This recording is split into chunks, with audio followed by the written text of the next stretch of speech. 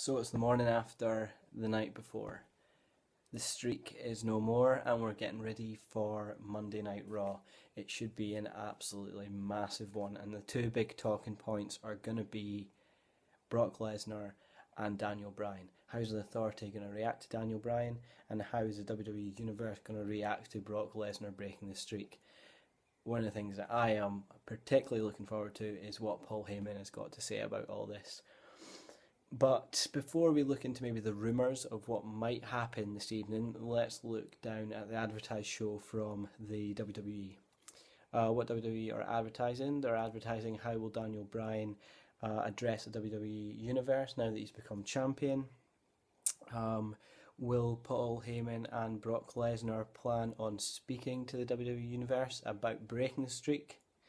And is one victory enough for John Cena to get rid of Bray Wyatt? And finally, they've got two other smaller introductions. What's going to happen with Cesaro now that he's won the Battle Royal? Is he going to get an opportunity at the title maybe? Fingers crossed. And also what's happening with the Shield. Many people thought that there was going to be a breakup of the Shield, but that obviously didn't happen at WrestleMania. Could that be waiting to happen tonight? Will there maybe be argument over who was responsible for the win, and Roman Reigns then breaks off separately by himself? We will see. But I think the first main one to look into in terms of rumours is The Undertaker. There's been a lot of rumours about what went on last night at WrestleMania. One of the most ridiculous ones, and one that appears to be absolutely bullshit, is that Brock Lesnar went rogue, went off on his own and decided that he was going to take the streak and went off script and basically took it away from The Undertaker. This is highly unlikely and very, very, very unlikely that actually happened.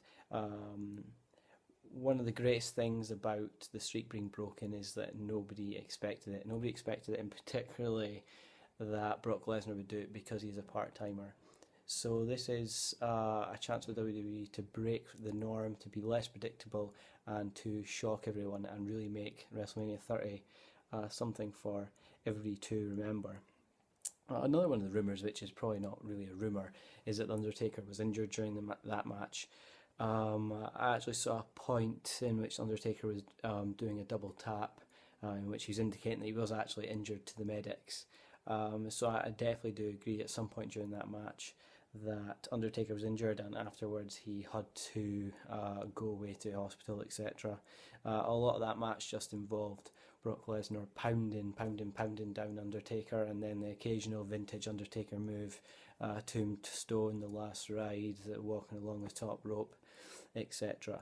The other one in connection with Undertaker is Sting. It was well rumoured that Sting was going to come back, come to WWE for the first time, potentially at WrestleMania, but if not at Monday Night Raw, to set up something at WrestleMania or one of the other pay-per-views that's coming. But where does this place it now? Is Sting actually going to appear anymore? Is there as much worth in Sting coming now that the streak has been broken? Fingers crossed we see him there tonight, because it would be particularly interesting. That's him supposedly done with TNA, so let's let him have his last laugh, if we could say, in WWE, and let him and Undertaker both have a good run.